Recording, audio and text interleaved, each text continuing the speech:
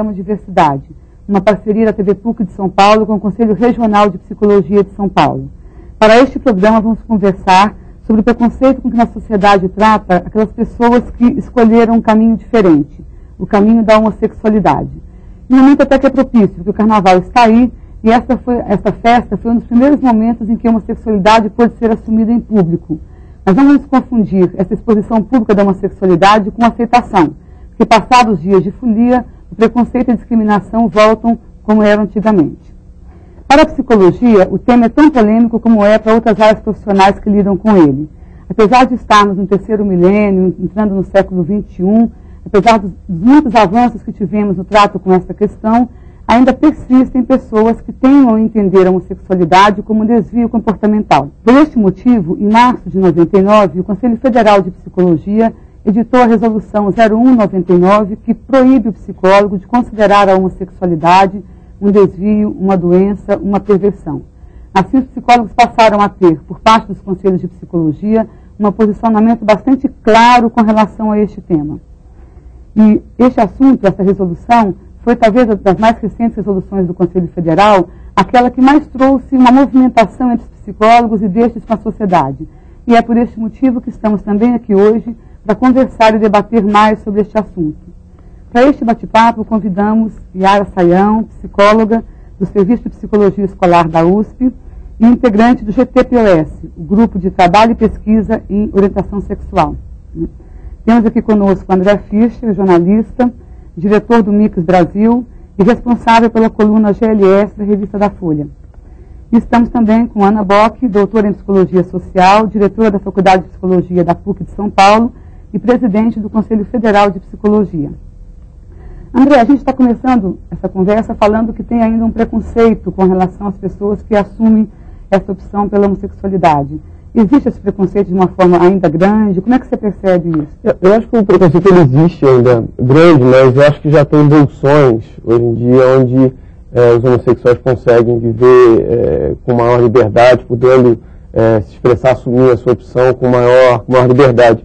Tem lugares onde a coisa acho que é estranha, tipo uns cantos do Nordeste, onde a coisa é bem liberada, mas ao mesmo tempo existe um grande número de assassinatos de homossexuais. Então acho que é uma questão ainda difusa. Dentro de São Paulo a gente sente que existe na região central já é uma questão bem aceita, na periferia ainda é uma coisa bem complicada você ser gay ou lésbica nessas áreas. Então acho que ainda a gente está num momento de transição, eu acredito. E esse preconceito ele acontece mais em espaços mais abertos de convivência ou em espaços pequenos como a família, em locais de trabalho? Como é que você é meio generalizado, né? Acho que tem isso, como eu digo, tem acho que lugares e áreas onde essa aceitação é maior, grupos sociais onde essa aceitação é maior, mas acho que quando você encontra preconceito, ele é lá no fundo mesmo, em todos os níveis. O preconceito é construído socialmente, né? Na nossa cultura, na nossa sociedade. Como é que você percebe essa construção do preconceito? Olha, isso é bastante importante da gente olhar dessa forma que a sua pergunta indica. Porque, na verdade, tudo aquilo que nós nos tornamos, né, todas as nossas possibilidades de identidade, seja profissional, a identidade que cada um de nós, quem cada um de nós consegue ser, pode ser, se constitui, todas essas possibilidades estão colocadas pela sociedade, pela cultura. Nós não nos tornamos, em nenhum momento, alguém que é diferente ou algo completamente distinto das possibilidades colocadas pela sociedade. Isso é importante porque a sociedade tem que ver todas as possibilidades dos sujeitos estarem na sociedade como algo construído coletivamente, né? Então, o que nós temos que nos perguntar é como é que a nossa cultura construiu essa possibilidade. E aí nós vamos encontrar, dentro das explicações dos papéis da constituição do gênero na sociedade, dos papéis sexuais, como é que isso vai se dando, a divisão sexual, né, as bonecas, os caminhões, como é que isso vai sendo constituído e como as pessoas, ao se desenvolverem, ao se apropriarem disso, vão encontrando outras maneiras. Mas está constituído pelo coletivo. É uma possibilidade, a homossexualidade é algo construído por nós todos.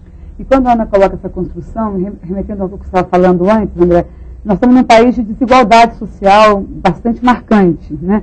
Você falava de bolsões, de grupos. Você percebe alguma determinação também nesse aspecto com relação a esses bolsões que respeitam ou que têm mais preconceito? Tem essa diferenciação? Eu acho que é uma questão mais difusa, assim. Acho que você vai encontrar o preconceito meio que misturado. Acho que tem. Eu acho que esse bolsão ele acontece, mas não numa divisão social, mas os grupos são mais abertos, os pobres. Não acho que pelo contrário, você vai encontrar esse preconceito de maneiras diversas em todos os estados sociais, eu acredito.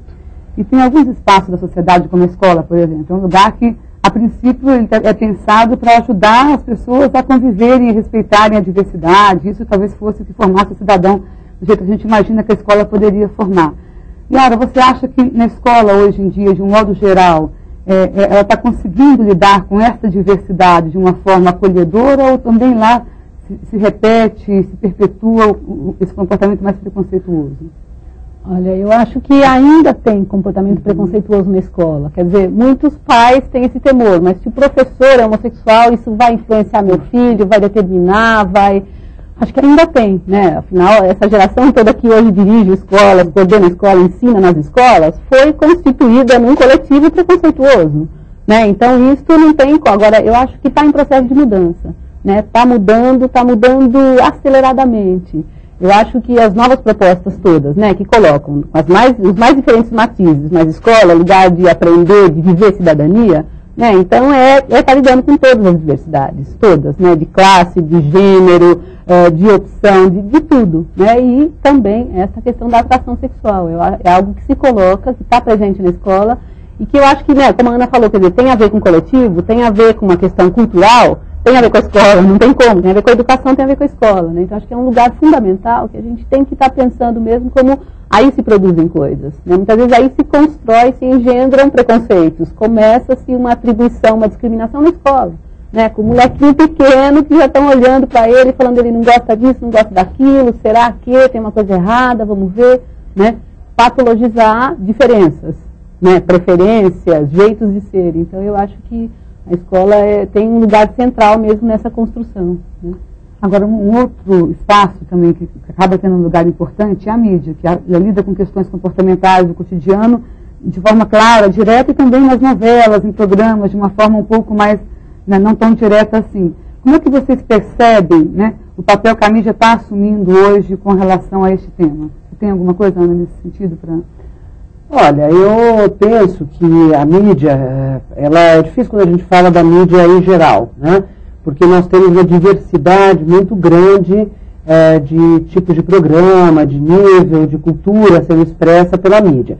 Então fica muito difícil generalizar. Acho que existem programas, sim, que são carregados de preconceito, existem programas que acentuam o preconceito em relação à homossexualidade. Mas acho que a nossa mídia tem também espaços abertos para a discussão da questão. São novelas que hoje tem colocado, acho que a própria Malhação, a Beth estava citando, a Malhação parece que hoje coloca essa questão, né, já para os jovens.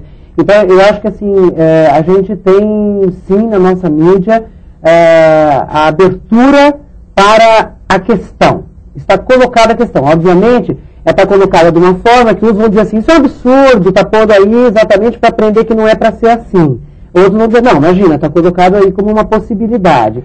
Eu acho que tem uma coisa interessante que acontece aqui no Brasil, que principalmente falando de jornais, né, de uma mídia um pouco mais intelectualizada, digamos, eu acho que existe um sentido de que é politicamente correto você não discriminar. Então, acho que os principais jornais do país, seja a Folha, o próprio Estadão, o Globo Jornal do Brasil, o Zero Hora, eles sempre apresentam, uns um pouquinho mais simpáticos, outros um pouco menos simpáticos, mas sempre de uma maneira, me parece, mais respeitosa.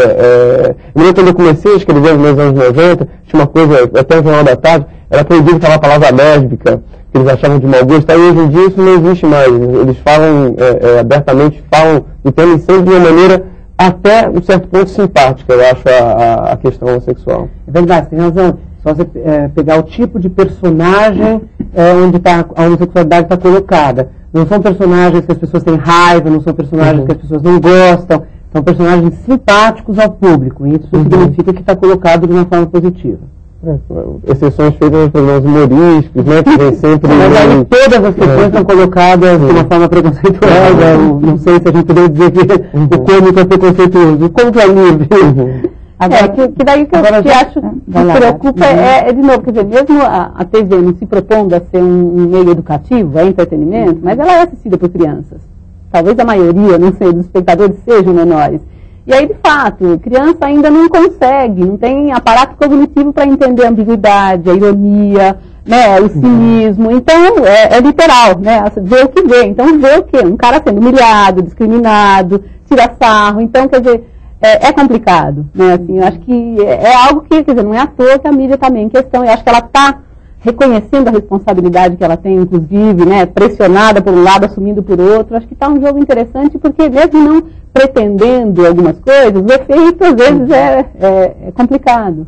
Né? Acho que assumir a sua parcela de responsabilidade nisso, quer dizer, querendo ou não, está passando coisas, está veiculando mensagens, valores, e para crianças, que muitas vezes não entendem, né, a fineza, a sutileza um pouco do discurso, às vezes, da ironia, por exemplo. Porque essa informação chega numa cultura preconceituosa, porque eu acho que mesmo que a gente caracterize a mídia, a gente caracterize a escola avançando, os parâmetros curriculares, que a gente caracterize tudo isso, eu acho que nós ainda temos uma cultura bastante machista, bastante preconceituosa, e machista ainda só dos homens, né? Uhum. O machismo está presente nas relações, nas mulheres, na sua constituição enquanto gênero, né? Então eu acho que assim, a questão está colocada que esta cultura que a gente tem é uma cultura que discrimina, que não aceita, que moralmente condena a homossexualidade, até por conta de uma tradição religiosa bastante forte que o nosso país tem.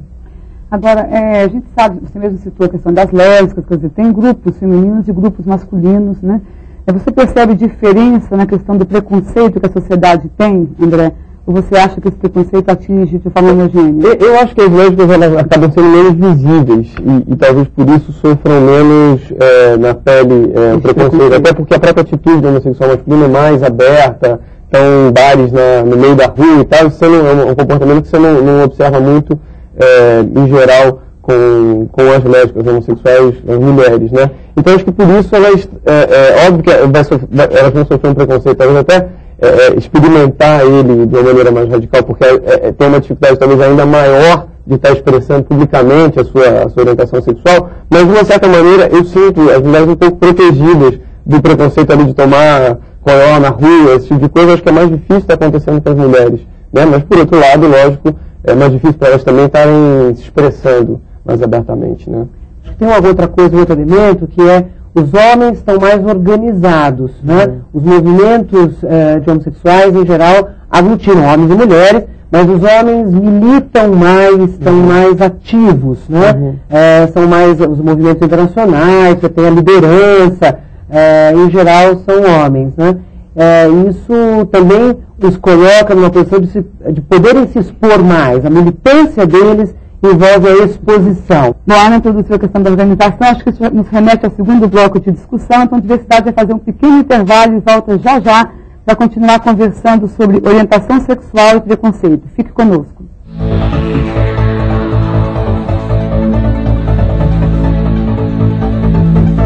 Adolescente infrator merece cadeia ou educação? Eles são realmente a causa maior da violência no Brasil? Prender adolescentes não é apenas levantar uma cortina de fumaça sobre as causas sociais da criminalidade? O infrator deve ser responsabilizado pelos atos, mas respeitando sua condição de pessoa em desenvolvimento. Cadeia é escola de violência. Diga não ao rebaixamento da maioridade penal.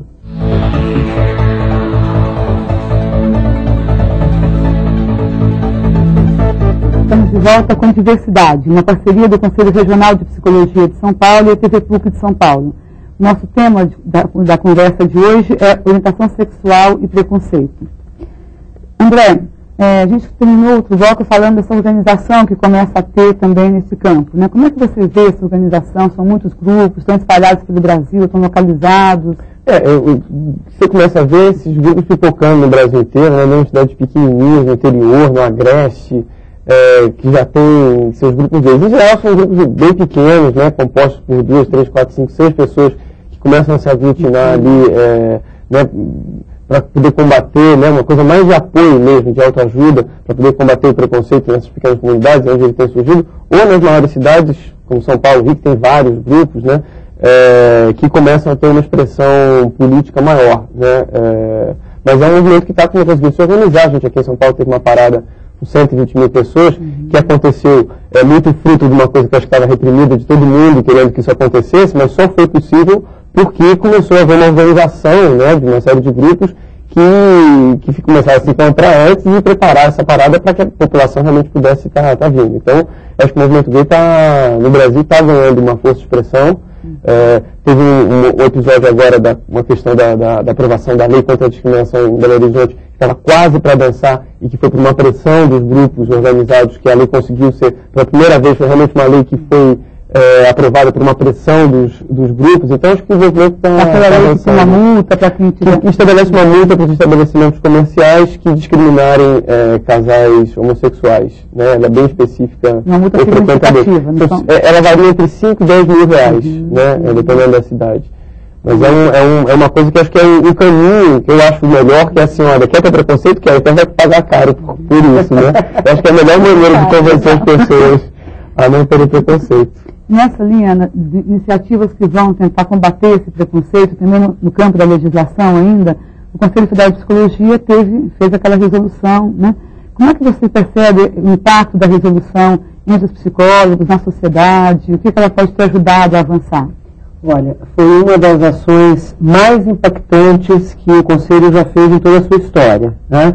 Isso demonstra a necessidade, o quanto isso vem responder a um desejo, a uma importância hoje dos psicólogos dizerem à sociedade que eles estão atualizados com as visões mais modernas, com as visões científicas mais atuais sobre a questão.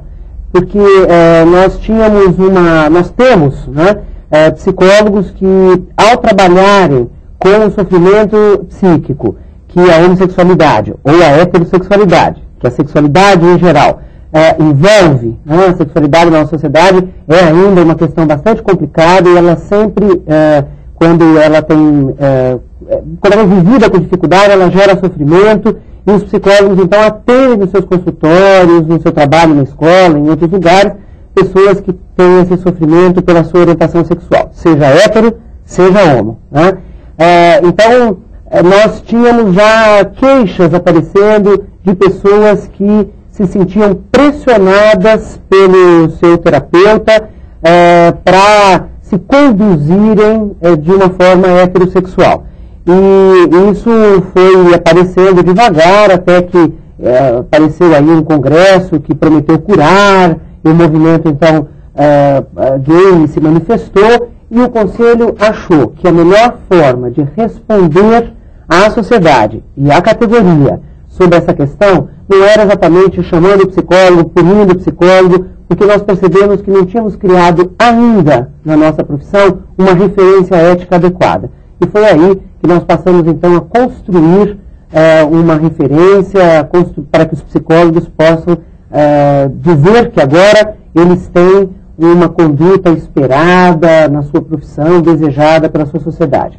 Então a resolução nasceu assim, ela é construída por profissionais que trabalham na área, né, que trabalham com homossexuais, que trabalham com a questão da sexualidade na educação, e ela teve contribuições de psicólogos de várias linhas teóricas, e ela então pôde ser uma resolução de muita qualidade, que teve um impacto fantástico, inclusive internacional. Ela está autorizada por um grupo no Canadá, ela foi traduzida para o francês, então ela teve um impacto que é internacional. Nós recebemos manifestações de muitos países, de grupos, não só grupos gays, mas de grupos científicos, de grupos de psiquiatras, de psicólogos. Então foi excelente, foi uma medida bastante adequada. O que acontece com um profissional que não segue essa resolução? Se ele sei lá, tem uma denúncia, o paciente vai... Ele é considerado um profissional que tem uma conduta antiética. Então ele pode ser processado no seu conselho regional, desde que haja denúncia ou que o Conselho tenha informação e possa assumir a denúncia. Pode. Ele tem um processo ético como qualquer outro psicólogo. O psicólogo que faz qualquer outra coisa errada, antiética, seja um laudo desqualificado, seja uma conduta que envolve o paciente fora do trabalho, seja tirar dinheiro de uma forma inadequada, enfim, todas as condutas antiéticas são processadas nos conselhos e ele pode até ter a suspensão temporária do seu direito ao exercício profissional. Inclusive, até essa é uma coisa interessante de quem está acompanhando o programa saber se a pessoa em algum momento se sentir violentada eticamente pelo terapeuta nessa situação que a gente está conversando aqui, ela pode recorrer aos Conselhos Regionais de Psicologia e fazer a sua denúncia. Né? Agora, com relação à legislação, na psicologia a gente tem essa legislação que a gente considera avançada e importante, que tem nos ajudado a ter um parâmetro claro, né, do fazer aí psicológico. Na legislação em geral, André, você percebe também esse avanço? Ela ainda dificulta? Na verdade, a legislação brasileira, em princípio, ela já oferece todos os instrumentos para que se possa lutar contra que esse centro discriminado possa lutar contra essa discriminação. Na verdade, tudo já está dito lá. Eu participei de um seminário há pouco tempo com advogados e tal, juristas falando sobre essa questão, e o que eles dizem é que já está tudo lá. Na verdade, não precisaria ter uma legislação nova explicitando essa questão do preconceito, porque a nossa Constituição já prevê punições contra o preconceito. O que acontece, que eu acho que é a batalha hoje, é que eu acho que é necessário ainda que isso seja mais explícito. É necessário que tenha uma lei falando de uma multa ou de uma lei dizendo que o companheiro independente do sexo tem direito a uma pensão. Eu acho que ainda, apesar disso já, as jurisprudências todas, hoje em dia, cada dia a gente vê um caso novo de um juiz em Goiânia, outro no Curitiba, estava aprovando, dando bem de causa a casais que pedem, o companheiro que pede pensão ou coisas assim. Mas eu acho que é importante que isso ganhe letra mesmo ali, que isso seja colocado, tintim por tintim, que seja incluída a questão da discriminação contra a orientação sexual, junto com o racismo, com outras coisas. Até porque, André, eu acho que assim, sem dúvida, a gente tem esse avanço na legislação. Mas a verdade é que o cotidiano da nossa vida brasileira ainda carrega muitos preconceitos, né? As pessoas ainda... porque, veja, a hora em que essa questão deixar de ser importante, a hora que essa questão passar desapercebida, que é o ideal para nós, é que essa questão deixe de ser percebida, aí você não precisará nem ter movimentos gays, você não precisará ter legislações tão específicas. Eu acho que quando você aponta a necessidade de ter, e eu concordo com você, é porque o cotidiano ainda da nossa realidade brasileira é da nossa tradição legal também, né? Assim, a gente tem muito especificando o juro que deve ser cobrado, então assim, não adianta querer contar com um princípio que está na Constituição se a gente trabalha de outra maneira, né? Então, olhando para questões mais específicas, então, como você está colocando, Yara, agora tiveram novos parâmetros curriculares, né? Tem alguma alteração também neste campo da homossexualidade, o trato com a sexualidade? Como é que você percebe isso? Eu acho que tem, é uma grande novidade, quer dizer, correspondente um pouco com a Ana falou, que é a resolução para o conjunto dos psicólogos, para a área da educação, acho que os parâmetros curriculares nacionais vêm como uma política educacional séria, né, assumida de forma governamental, quer dizer, está sendo proposta para as escolas de todo o país. Né? É a primeira vez que na política educacional a escola vai poder falar de sexualidade, né, e sexualidade ligada a prazer, né, ligada à vida, ligada à saúde, e claramente dizendo, preconceito não, discriminação não. Né, esta é a tarefa da escola.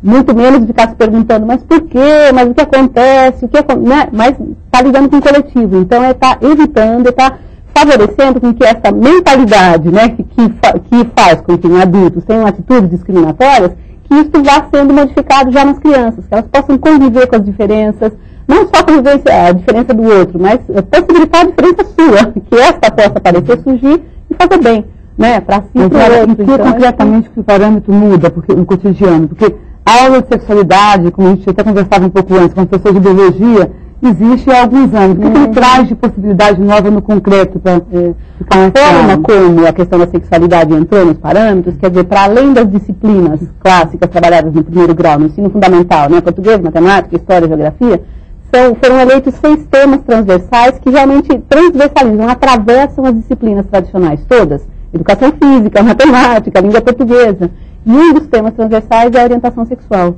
Que passaria por todos. E passa por todos. A proposta é que os conteúdos que a escola aborda são conteúdos significativos socialmente e que têm a ver com a vida. Portanto, a sexualidade sempre esteve nesses conteúdos. A questão é que sempre esteve velada, escondida ou estereotipada. A proposta é que o professor de história trabalhe, né, nessa dimensão, professor de matemática, de geografia, simplesmente desvelando que estava ali oculto e um pouco fechado. Não, vamos falar, isso faz parte de um conteúdo que dá para a gente ensinar e aprender e trabalhar em cima. Né?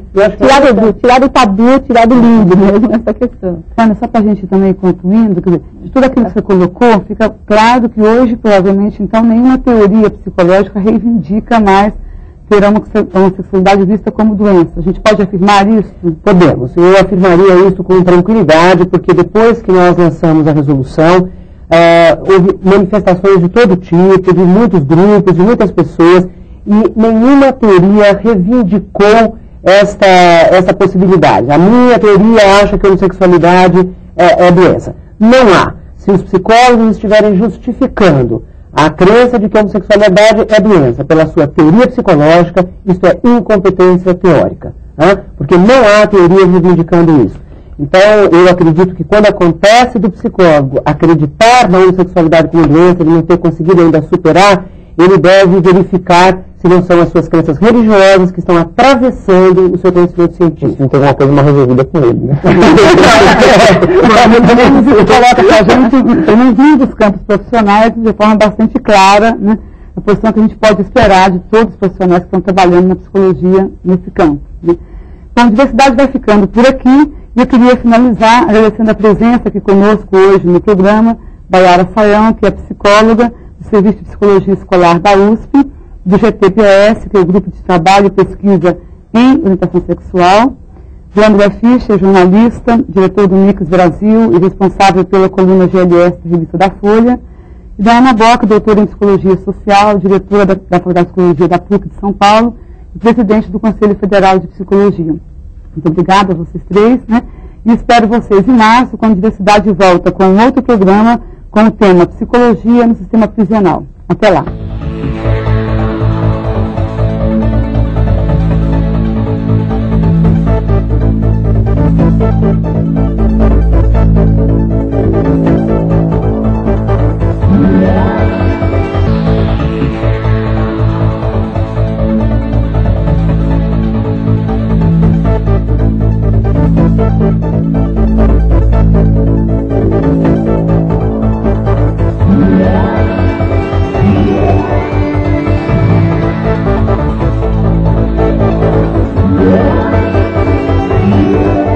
Diversidade, uma realização do Conselho Regional de Psicologia de São Paulo e TV PUC São Paulo.